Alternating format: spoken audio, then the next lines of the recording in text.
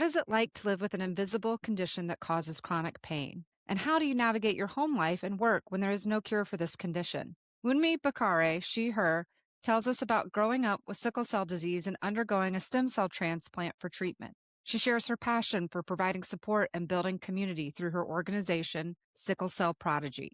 In recognition of Black History Month, let's get started. Welcome, Wumi, and I am so grateful to have you on the show today. Thank you for having me.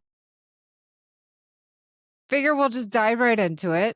Yep. You were diagnosed with the most severe type of sickle cell disease, a hemoglobin SS, at 18 months old, and you had a stem cell transplant in 2019 as part of Yes. an NIH National Heart, Lung, and Blood Institute clinical trial. Yes, I That's did. really taking quite a lot and distilling it down into one sentence. But we'll be, chatting and unpacking that. I think just starting out, can you share with us what it's like living with sickle cell disease on a day-to-day basis? So for me, sickle cell, I always say, is the rock on which I've built my perfectly imperfect life. And by that, I just mean my diagnosis informed everything I love about myself and everything I don't really love about myself. But I think sickle cell for me as a child was quite cumbersome. I grew up in Lagos, Nigeria, born and raised. And so for the earlier part of my life into my adolescence, I had to navigate a disease that was surrounded by social stigma, which means my close family knew, but I refrained from telling classmates and teachers because I Mhm. didn't want to be othered. I didn't want to be treated differently. Sickle cell, because it is a blood disease that impacts the red blood cells, I had many bouts of vaso-occlusive crises that would put me in the hospital. I remember my very first surgery was at the age of 7. And I just remember being really sick at the time, running a fever. Initially, we thought it was malaria because, again, Nigeria is a third world country that's significantly impacted by malaria. But then it turned out that I had something called osteomyelitis. I caught an infection called salmonella through one of our delicacies, which we call suya. And it started the infection was in both of my arms and it started to kind of cause holes in my Oh my bones. gosh. And so I had to have surgery, bilateral arm surgery to kind of scrape the degenerated bone out. And then I was put on vaccines to make sure that I didn't have a repeat of that salmonella infection again. So I just Mhm. remember being 7 years old, being pulled out of school and being in the hospital for 3 months, which I Wow. think for any 7-year old, that is a rude awakening of when you realize, I think I'm a little different from the other kids because it's not just a nasty flu and then I'm back to school. And then I just also remember having a lot of blood transfusions Mhm. because for sickle cell disease, oftentimes you don't just treat sickle cell with hydration and pain medication. Oftentimes the patient needs normal red blood cells through blood transfusion that will help to kind of dilute the sickled cells that are inside the body. And so over the course of my life living with sickle cell disease, I can say I've had well over 50 blood transfusions. And so now I always say the interesting thing is on the other side of a stem cell transplant, I now have iron overload because of so many blood transfusions growing up with sickle cell disease. So sickle cell was challenging in some ways because it limited what I could do. I couldn't participate in sports. So I always tell people I don't have the sports DNA. But I instead dedicated kind of a lot of my time to just like studying and staying on top of things because of the unpredictability of sickle cell Mm. disease. So life was it had its ups and downs, but now that I'm an adult, I wouldn't change anything because sickle cell informed like my empathy, my tenacity, and my resilience, which are things I value most when I think of kind of who Mhm. I am and how I show up in the world. Mhm. Mhm. And so you mentioned you had sickle cell and it was diagnosed around 18 months or, younger in life, but because of that, when you had other things going on, like you're talking about with the salmonella and other types of health issues, sometimes it's hard to tell, is this the sickle cell anemia or is this something else? And Yes. And with sickle cell disease, a lot of things are triggers for us, right? okay. So for someone else, the storm that just happened recently wouldn't trigger anything, right? It's just a storm. You stay at home, you'll be okay. For sickle cell patients, it significantly impacts the increase in our vaso-occlusive crisis symptoms. So for us, weather, altitude, stress, infection, those are some of the things that many sickle cell patients deal with that tend to trigger a vaso-occlusive crisis that oftentimes puts us in the hospital. Mhm. And tell us a little bit more about this crisis. Like, kind of what does that involve? What goes along with it? Okay. So usually a crisis, I want to say almost every sickle cell patient, the older you get, you can almost predict when a crisis is Hmm. coming on. And usually it starts with pain, chronic pain. So if you think about it this way, of the human body, if in your blood vessels you have sickled red blood cells that are sickling and stuck together, it's blocking blood flow. So if you think about a sickle cell crisis, think of it happening in various parts of the body. So oftentimes for me, my pain would always start where I had my surgery, which is both arms. Then usually I'll have it in my lower back. And so usually the way I know when a sickle cell crisis is coming on is usually days before I'll be extremely fatigued. Going to take a shower will feel like someone is asking me to run a marathon. Sometimes it might, for me, I don't know why my vaso-occlusive crisis decided it wanted to show up at like 2 a.m., 3 a.m. in the morning, where everywhere is closed and it's really dangerous to go outside. But for some reason, when my body was calm, is when the pain would kind of exacerbate. So for most patients, you're dealing with excruciating pain, and some people describe it as like shards of glass kind of flowing through your blood vessels. It's excruciating in the sense that it's not like a thumping pain or pain that's triggered by the sensation of touch. You can feel it internally where it feels, for me, it always felt like someone took a baseball bat and was just hitting a certain bone a million times. Other times it would feel like, you know how like an anaconda or a viper snake wraps itself around the body and tightens? Right. Sometimes it would feel like a tightening. So it's an excruciating pain that for the person going through it, there's a lot of tears, a lot of screams, a lot of growls, but that's the only way that we can express pain. And sometimes letting out those weird noises kind of calms our nervous systems down. But it's really it's really an undescribable pain. And many providers have said it's worse than the pain of childbirth. Wow. That's how bad it is. I have a lot of friends who've had children and they're like, I would have 5 more kids, but a sickle cell crisis to me feels, never ending. Mhm. And so you mentioned you talk a lot about kind of the pain and how significant that can be during a crisis. But you also mentioned something too about like going to take a shower felt very heavy or exhausting. So it sounds like it also affects your energy Yes, it does. and potentially will affect, I mean, like you mentioned, like just your routines and your day to day. So, but it's challenging because it's one that others may not see, right? The chronic pain. And then for those that aren't familiar, basically with sickle cell, our hemoglobin is what carries oxygen around our body. And they're kind of, I don't know, dinner plate frisbee shaped, kind of flat discs. And then in sickle cell, they're curved. Yes. And so my understanding is with like hemoglobin SS, that means there's even more of the hemoglobin, more significant numbers are sickled. So some may Yes. be sickled, some not. But when you have those two S's, that means even more are sickled. I guess what does like a typical good day look like with sickle cell as opposed to some of these hard days when you're in crisis? A good day with sickle cell for me was fatigue that I could power through. With sickle cell disease, based off your, explanations, again, because the cells are shaped like a banana, like a crescent C, it's not carrying enough oxygen. So usually like a normal woman's hemoglobin level will usually sit at like 16, between 10 and 16. For sickle cell patients, sometimes we sit between a 6 and a 9. So think of your energy level as someone who doesn't have sickle cell disease and cut it by half. When you run Right. a marathon and you're like winded, that's how we feel all the time. That's a sense of normal for us.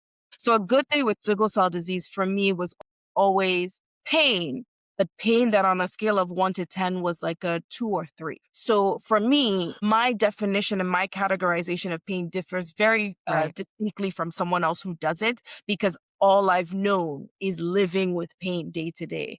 And even on good days, I would feel fatigued, but not overly so where I can't get out of bed. Usually I can do things, I just might need to pace myself differently. Those were good days for me. But I think even with those good days, there would be moments where I could tell that I just needed to take it a little bit easy. And I think Right. every sickle cell patient both male and female can attest to those kind of in between days, which we define as good days for us. Mhm. And like you said, your background or kind of baseline threshold of pain is different than somebody without sickle cells.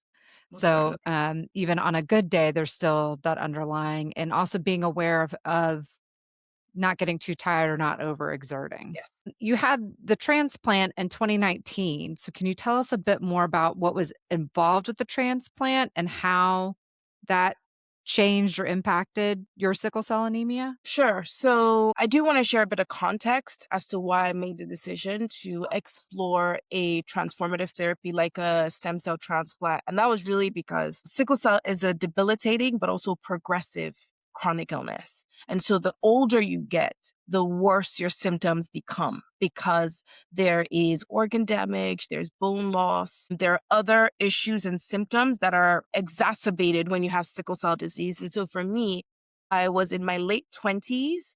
I had come to Seattle, Washington, which is where I live, to visit my brother on what was supposed to be a 2-week vacation. And from the flight from Lagos to Seattle, I had a crisis. I'm thinking this is just another crisis, no big deal. As soon as I land in Seattle, the ambulance takes me to the hospital. And I go in thinking, tops, I'd be here 7 days. Fast forward 6 weeks, I looked like I was 3 months pregnant. My eyes were severely jaundiced. My urine was the color of Coca Cola.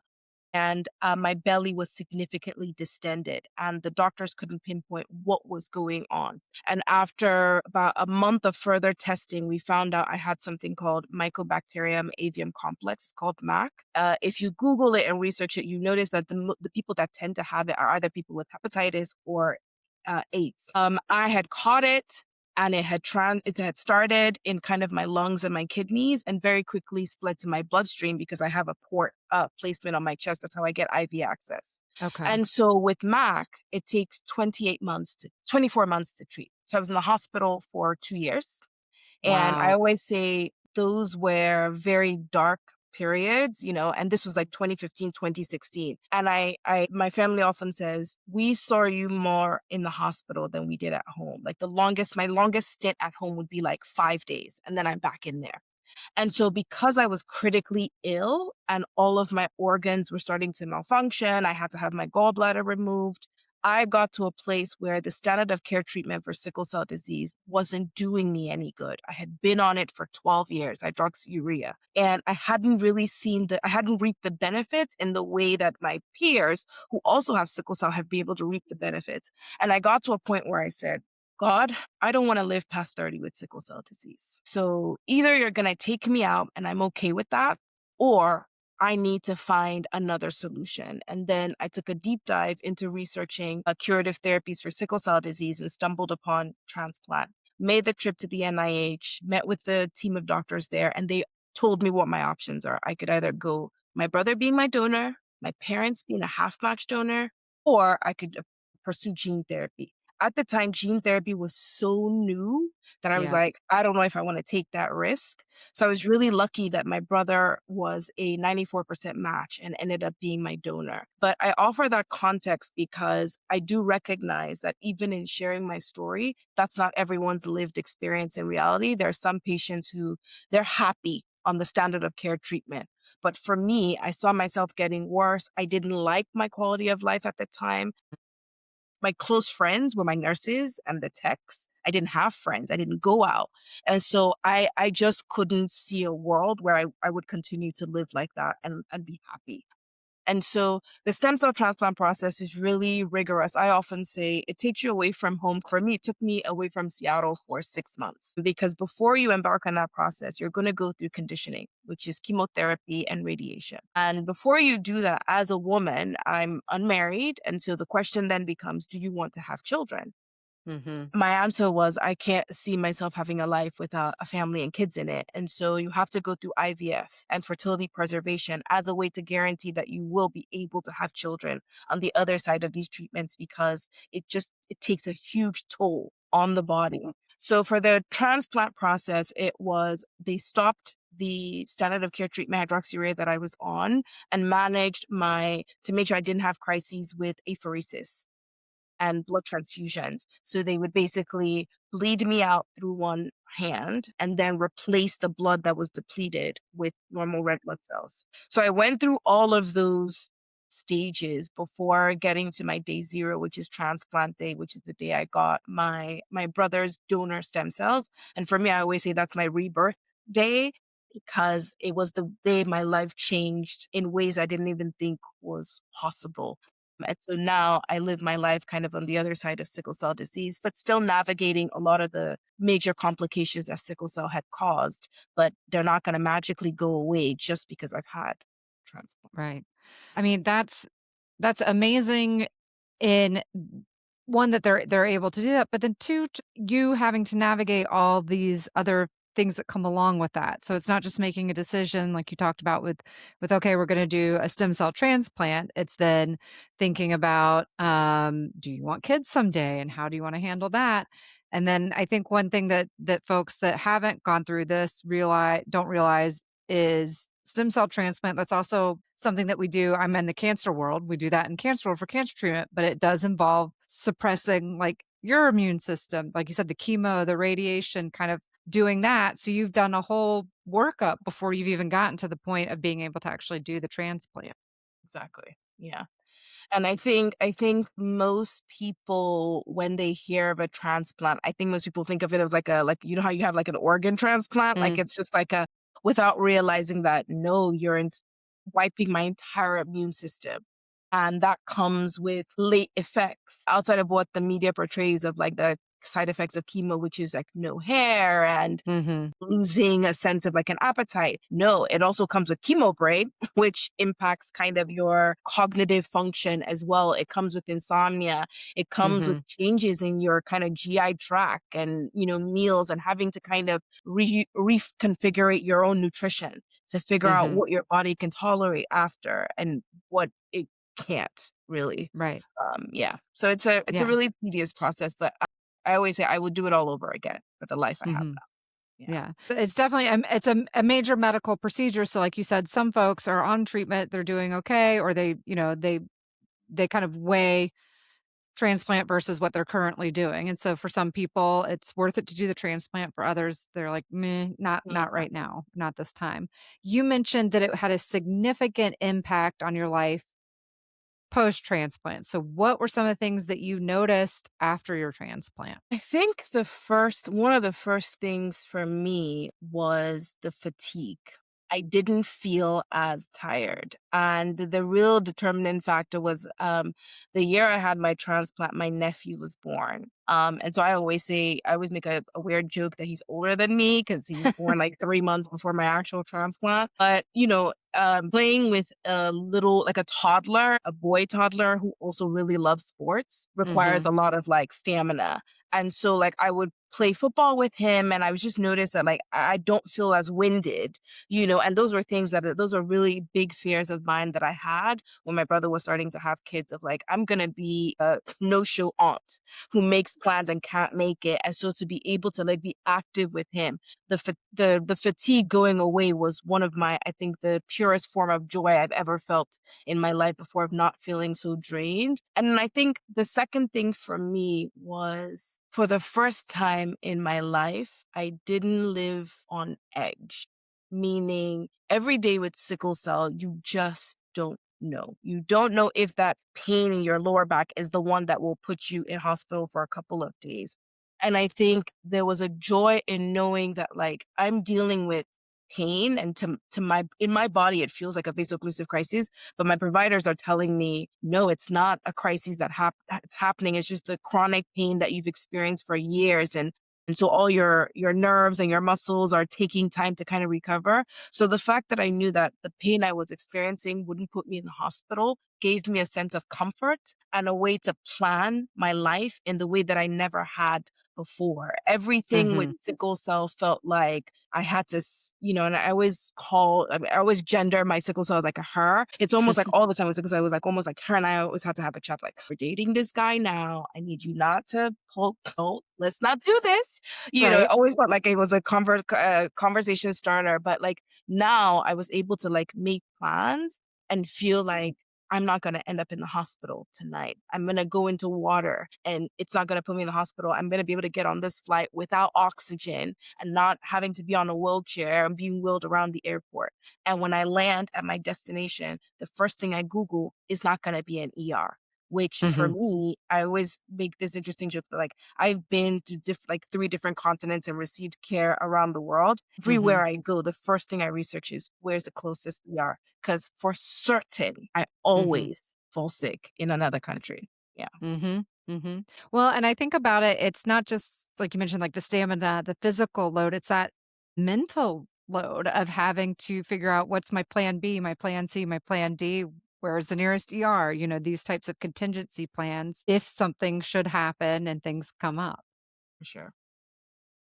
You talk about your family, and it sounds like you're close with your family, whether you're close physically or you're traveling back and forth. Is there things that your family did to support you or that you felt even maybe from friends in the community that felt most helpful? I think I'm very blessed that I come from a small but close-knit family. It's just 2 of us. Literally, I always say, if my brother wasn't a match, I'd be screwed because he's the only sibling I have. But my family was supportive in the sense that my mom was my primary caregiver, and you are not even eligible for these treatments if you don't have someone in your life, whether that be a spouse or a colleague or a parent that can basically be there with you for 6 months, helping you do a lot of the heavy lifting when you can't. And so I was very, very grateful that my mom was able to do that, and my brother and my dad were backups for her when she needed time. Because I always say, like, caregiver burnout is real. Like, Yeah. sometimes the caregiver often falls sick in caring for someone they loved, because there's the emotional, there's the mental, and there's the physical toll of caring for Mhm. a loved one. And so for me, one of the things that they did that was I will forever be grateful for is communicating with everyone else. So during my transplant, Mhm. I knew I would go through a lot of changes, losing my hair, losing weight, getting darker. And so I stayed off social media. I didn't want to see anyone's highlight reel and feel like, well, look at my life. This is what I'm doing. Mhm. And so my family was very good about conveying the updates to friends, family, and colleagues in a way that kept me safe, where I didn't need to over explain myself, but gave people enough to know that I was doing okay. And I Mhm. will forever be grateful to them for that. And then even like coming back to Seattle, the adjustment was hard for my family because, as you remember, we had a pandemic Yeah. in 2020 and Yeah. I had a brand spanking new immune system and I was wearing masks before masks became a thing. And so like Mhm. during the pandemic, having to like wipe down all of my packages and put notes on the door so the UPS or delivery guys could make sure that like they too were also helping to sanitize everything so I'm not in proximity to infection. That was really, really, really helpful at a time Mhm. that felt scary for I think the world, including myself. Yeah, yeah. Well, in addition to the fact, like you said, I've got a brand new immune system right now. And it's like, what are the chances this is happening with the global pandemic? Yeah. And were your parents back in Nigeria when you come back, I guess, after some time to live in Seattle? So, no, when Mhm. I came and I was sick, the first year was when we realized, how difficult my health had become. And Mm. so my mom made the decision to put her business on hold and come to the US to be here to support me because at the Okay. time my brother had just gotten engaged and they were looking at moving in together and we didn't want to be a Mhm. burden to them. So my Mhm. mom came, and then a few months later, my dad came as well. So I always say because of me, they're both here now. Yes. But it's been a blessing because it's been a blessing primarily to my brother because now that he has kids, we're close Yeah. enough where we can help with childcare Yeah. as well. Yeah, but that's the thing. It is again just it's a major procedure, but then also being able to have that support and it can be tricky when you live in different countries or even honestly different states. Mhm. One of the things with sickle cell that I don't know if folks not in the genetic science world understand is that it's sort of seen as what's called like an invisible illness. It's something where um, I think because it is like chronic pain, it is fatigue, there's not necessarily something that you can look at and see immediately saying, oh, this person has this condition. Have there been times where you have experienced like this misunderstanding or people, I mean, even getting judgmental or jerky around the fact that this is not something that they can see themselves? I have dealt with that my whole life. Mhm.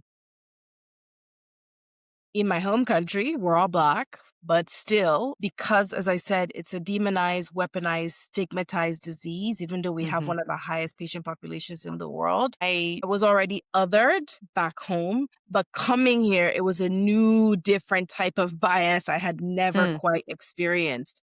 I was pre-medding undergrad, and I am one of those people that, like, I know my body like the back of my palm. And every time I would try to advocate for myself, I was always met with resistance. I was always met with some kind of bias and judgment in ways that, like, when you're navigating a chronic illness, you don't need anything else, but you can't grasp why you're not seen and believed. And I think that has followed me. It was also another huge reason why I did the transplant was I hated the medical trauma. I hated being not believed. I hated explaining my symptoms to doctors and saying, no, no, no, this is acute chest syndrome. I know the difference between pneumonia and acute chest syndrome. And they would be like, well, we're going to do this and then send you home. And I'm like, this is not a send me home situation. Please hear me Right. out.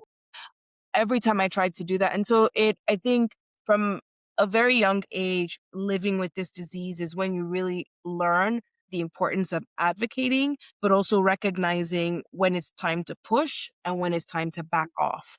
But also when it's time to make friends with the other staff so that even when you are met with a provider who seems to be insistent on treating you in the way that he's treated other patients, you have a couple staff who are saying, no, we know this patient. She's hardly ever here. You know what I mean? Like she Right. has a full-time job. She has a career. Like for her to be here, her pain intensity is bad. So I've lived with that. And it's very interesting that you asked that question because I still go through it now. Mhm. So on two occasions Mhm. now after my transplant, I've gone in for pain, specifically chest pain. And one, the pain specialist deleted my care plan from the system without speaking to my hematologist and sent me on my way. Mm-mm. And it's painful because the assumption is you've had a transplant. So why are you still in my ER? You're cured. Precisely. And it's so aggravating because I'm like, it's a curative intent therapy. It is not a finite cure. Right. Right. And so I think for patients like us, we have a lot of things that are counting against us. The fact that it's an invisible disability counts against us. And I hate to be the bearer of bad news, but race also Mhm. counts against us. And I always say this like, when you see me go into the ER, I never wear sweats Mhm. because I'm not looking to do anything that will make you be condescending to me or think that I am less than. Right. It's uncomfortable when you're in excruciating pain, having to like put on a blazer and look like you have your life together. A patient shouldn't have to worry about that, but it's just part of what we have to deal with as patients. And so for me, I'm always like, in whatever capacity I can do to change your opinion of me, just on a face level, I'm going to do because I would like to be Mhm. believed and I would like to be treated in the same way you would want a loved one of yours to be treated kindly and compassionately as well. Mhm. Yeah, it's awful that that is part of the what you have to do to be hopefully believed and taken seriously. And for those listeners that aren't aware, sickle cell affects African Americans more than other ethnic groups, populations, and Black populations more. It can affect any population. It's just we that's where it happens more. So I think you can't really talk about sickle cell without talking about race, particularly in terms of the United States and how that also factors in to healthcare and working with medical professionals. Are there things that you would want medical providers to learn from this or to take away from this? I would like to urge a lot of medical providers to see the person and not the diagnosis, right? Because pain is inherently part of the symptoms of sickle cell disease, there is an immediate innate association with pain, you're lying, you're drug seeking. And I think oftentimes if you got to know the person, you might actually feel differently. It's the same way when we even talk about things like racism or bigotry and things like that. Like sometimes you might find out that the person that looks completely opposite from you might be the person that you're actually like-minded with. So for me, with medical providers, I always just say, one, practice compassionate and respectful care. We're not asking you to like us as individuals, but you took an oath to care for people and at least every day show up saying, if I can not add to someone's pain, then I've done my job. I Mhm. think oftentimes and I think it happens to the best of us, right? When you encounter patients on a daily basis, and working in the ER is no small feat. We're not negating what they are accomplishing and the work that they're doing. But I think every day it's showing up to the same place and saying, how can I practice a little kindness? Mhm. Kindness takes nothing away from you. You don't lose anything by being kind to someone. And so I often just urge providers that like better educate yourself about sickle cell disease.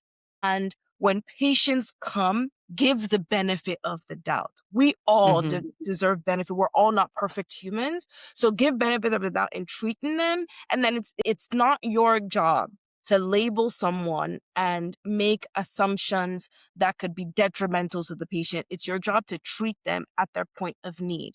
Whatever happens on the floor is not your responsibility, but while they're in your ER, they are your responsibility. And I think if you let compassion and kindness lead, you will never really lose focus of what's important in kind of hospital settings, which are patients. Like if there are no patients are the ecosystem of like they're the nucleus of the health ecosystem. Without patients, Mhm. no pharmaceutical companies exist, no biotech companies exist. Doctors and nurses don't have a job. Right. And we're all going to be patients at like at any point in your life, you are someone's patients. Even providers have doctors. And so I think Mhm. if we remember that in kind of thinking about how we treat patients, I think it'll make providers and healthcare practitioners kind of show up a little differently on a day-to-day Mhm. basis. Yeah, I think that's extremely powerful too because I liked what you said. We're person first, not the diagnosis. Mhm. And then it is sort of just, how do you want a loved one to be treated should they be in the same situation? Yeah. Probably not have their pain plan deleted without their consent or knowledge. And it is one of those things that I always struggle with providers. They're like, "Well, we're busy and we see so many patients." And I was like, it doesn't I don't think it adds any more time to just have kindness, have empathy. Um, and then also just to acknowledge that I think we just had an interview with a mom of a kiddo with a rare disease. The patient, the parent, those are the ones that are the expert in Yes. themselves, right? And their condition. Now you have medical expertise, but you have to work together because they live their life day in and day out. Yeah.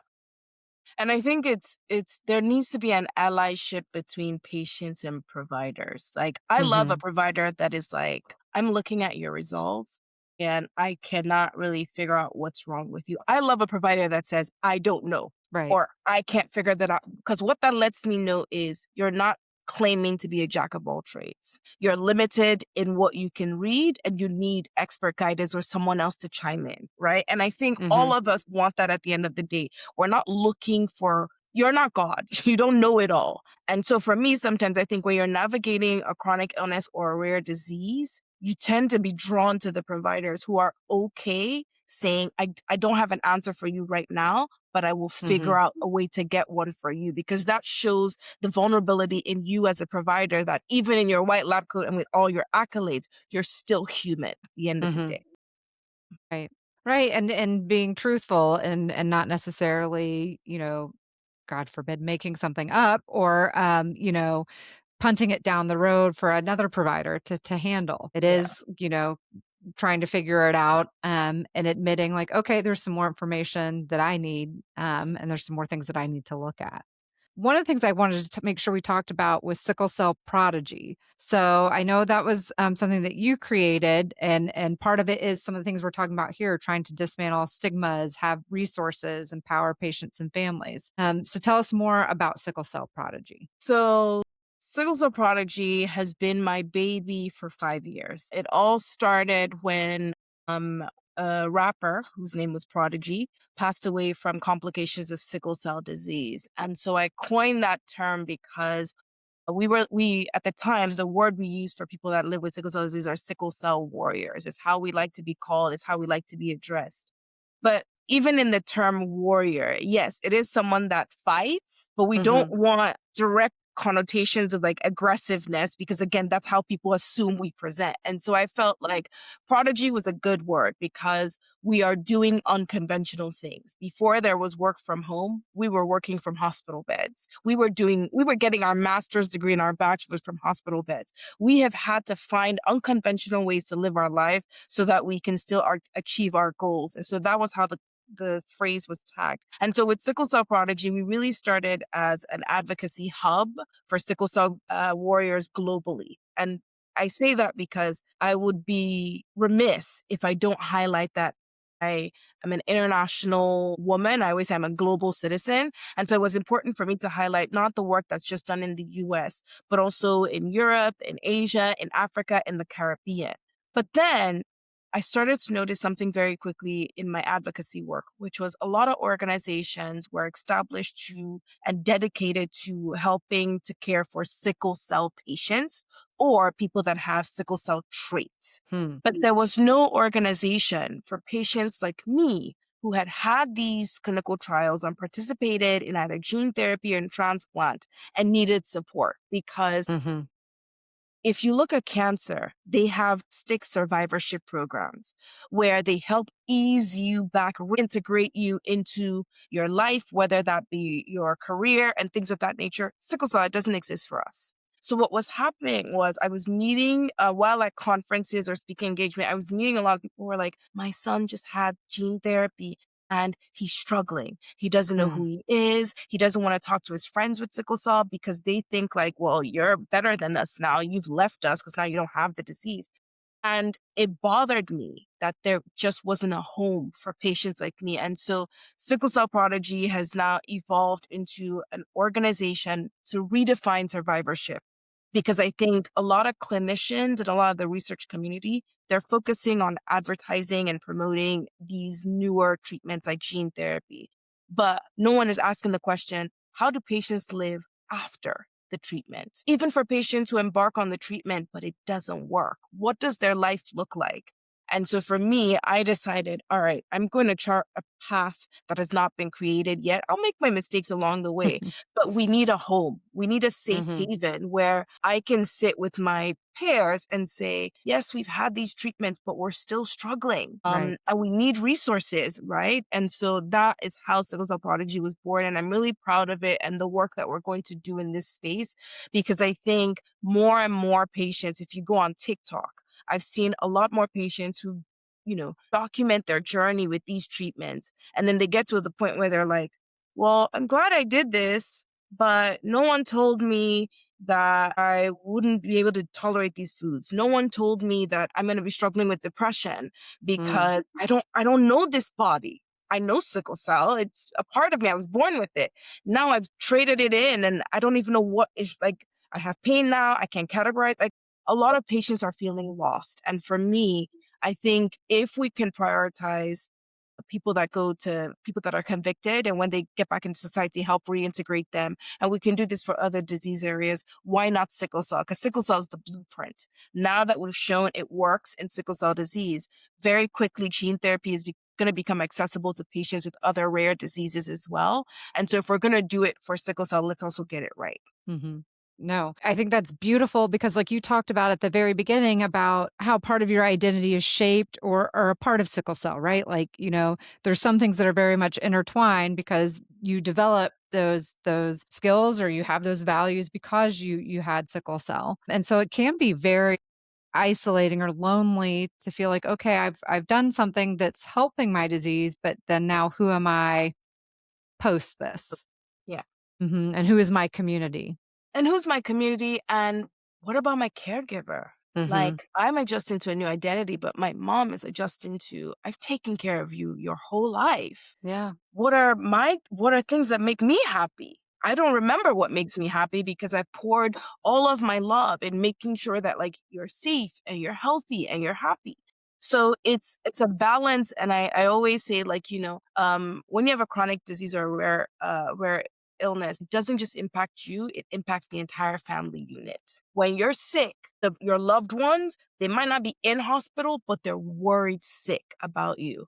And so for me, it was very important to create something that would benefit patients, but it would also best support caregivers as well, because I think they deserve to also figure out their identity on the other side of caring for someone with sickle cell disease. Mhm, mhm. And I love that you talk about sickle cell prodigy being a blueprint and how these things can be applied to other conditions. Because, like you said, the gene therapy with sickle cell is extremely exciting. We're seeing other conditions that having this available. And I think, again, folks that aren't as familiar may think, oh, okay, again, it's a cure. We've cured it. It's done. Okay. And it's like, no, there's a whole host of it's not the end of the sentence. There's a whole, this person's life is continuing, thankfully, and we're glad that we have this, but then there's things that come after to Yeah. think about. Yeah. The aftermath needs to be highlighted. And I think for me, the rude awakening was one of the reasons I wanted to do a transplant, added to the many list of reasons was I no longer wanted to deal with pain. And now, 6 years post, I've had to have a conversation with myself of pain will always be part of my lived experience because I suffered with this disease for 3 decades, and that isn't going to wash away overnight. It's not Mhm. a bippity bobbity boo moment. This is real life. And so coming to terms with that took me a long time to not fight myself. Like, I just kept trying to find reasons to explain the pain away. And I was like, okay, well, I'm only 1 year out, so let me give myself grace. And 6 years post, I still have pain. I still have triggers. And I've just come to a place where, like, I still have joy because at least I'm not in the hospital. Like, I'll take Mhm. that. It's something I can manage at home. And so the physical and the mental health component are the two things that a lot of patients struggle with, which is the reason Mhm. why, like, I'm trying to do everything within my power to provide resources to at least target those two primary areas and help people find their way back to a new version of self. Is there anything that you think about in terms of the future for, like, sickle cell care or research that make you hopeful or kind of, what do you see as being the next developments happening there? I can't wait for the day when these treatments are announced for other phenotypes of sickle cell Mm. disease. Right now, the priority for most of these clinical trials were patients with hemoglobin SS because it's the most severe. But I think in doing that, we're further putting people in categories. Like, if you have sickle cell disease, whether it's S beta thal, S beta 0, SDSC, you have sickle cell disease. Fine, it might not manifest with frequent crises like HBSS, but those patients still need that level of treatment as well. Mhm. And so I'm hopeful that in the next couple of years, we will see that these companies will open up their patient data and patients that are will meet the eligibility criteria for, like, gene therapy to those with other phenotypes of sickle cell disease, because I just feel like we shouldn't other any other groups. Like, everyone should be a priority. And so I'm keen to see how in clinical trials these patients with other phenotypes do as well, so that we can say we've developed a treatment that Mhm. universally will treat all phenotypes of sickle cell disease. Then I think I would be in a place where I'm hopeful, but also when access becomes readily available across the world. Because right Mhm. now, the priority has just been the US, like North America and Europe. In my home country, it's now available in 3 states out of 36. So I'm hopeful that there's progress. I recognize that medical infrastructure needs to be in place for these treatments to be able to get to those types of markets. But I'm hopeful that they'll find cheaper ways to Mhm. do these modification of cells and make it readily available. Mhm. Mhm. And that's an important call out is that there are different we call them genotypes or like the genetic pieces, right, that cause sickle cell, but at the end of the day, a lot of what we're seeing is similar, like you said, just because somebody doesn't have hemoglobin SS doesn't mean they don't have the fatigue, the chronic pain, crisis events. Is there anything as we wrap up that you would want someone to take away from this conversation? Like, let's say it's somebody that either has learned they have sickle cell or a caregiver, because I think that's one of your passions and is very Yes. important to you as well. So, is there anything that you would say to someone who has sickle cell or to somebody who's providing care to someone with sickle cell? First thing I'll say is times have changed, right? I was an 80s baby, and then, diagnosing a child from birth wasn't a thing, which is why I was diagnosed so late in life. My mom just remembers me crying a lot as an infant. Hmm. And then that was when my pediatric hematologist then tested for sickle cell disease and it came out positive. But I think because times have changed, there are going to be more drugs on the market. And I want a parent, primarily a parent, to know sickle cell is no longer a death sentence. Sickle cell warriors are no longer dying at age 35, 40. I know a lot of a couple of sickle cell warriors that are well within, 70 and reaching their 80s now. Patients are living longer. And so my goal would be to instill hope in that family that this Hmm. diagnosis is not a death sentence and that they will be able to find ways in partnership with their providers to help that child better manage disease. I have a really good friend of mine now who her daughter was born with sickle cell disease, and through IVF they were able to have another child, and through the umbilical cord were able to do a transplant that way. So now her 6-year-old is now no longer has sickle cell disease, and the beauty of when you have these treatments when you're young is that the body's recovery process is a lot quicker, right? As an adult, it's experienced so much damage. But then when you're a child and you go through these transplant or gene therapy, by the time you're like 12, 13, you have no recollection of ever living with disease. And so I just want parents to remember that is that you have the capacity now with what's available on the market to transform your child's life, where this becomes a conversation where you have as a family and say, do you remember when? But now things are different for that child growing up because they have no recollection of ever having sickle cell disease. So there. Thank you so much for saying that and for having this conversation. I really appreciate you talking with us, sharing your story and your insights, and talking about Sickle Cell Prodigy. We'll definitely include a link to that in the show notes. This was awesome, Kate. Thank you for having me. And to your listeners, thank you for taking the time to listen. I think podcasts are great because it's accessible anywhere. You can do it while you're driving, while you're in the train and things like that. And shows like yours really highlight the importance of like understanding genetic conditions because I think as a society, we need to love on people. Because I always say, you never know, like people are fighting invisible battles you know nothing about. And so shows like yours really highlight different patient perspective and caregiver stories. And I think whether you realize it or not, you are trickling, there's impact in everything that you're doing. And I'm just so grateful that you extended an invitation for me to even be a guest on your show. So thank you so, so, so, so much. For more information about this episode, visit allaccessdna.podbean.com, where you can also stream all the episodes of the show. Any inquiries on the podcast can be sent to allaccessdna@gmail.com. Please rate and review the podcast on Apple, Spotify, YouTube, or wherever you listen. This helps other people like you discover the show. Note that this podcast is for entertainment and education and is not intended to be a substitute for professional medical advice. Please consult your physician with any questions you may have regarding your health. All Access DNA is an independent podcast hosted and produced by me, Kate Wilson. Designs by NKJ created the logo. Thanks for listening and join us next time.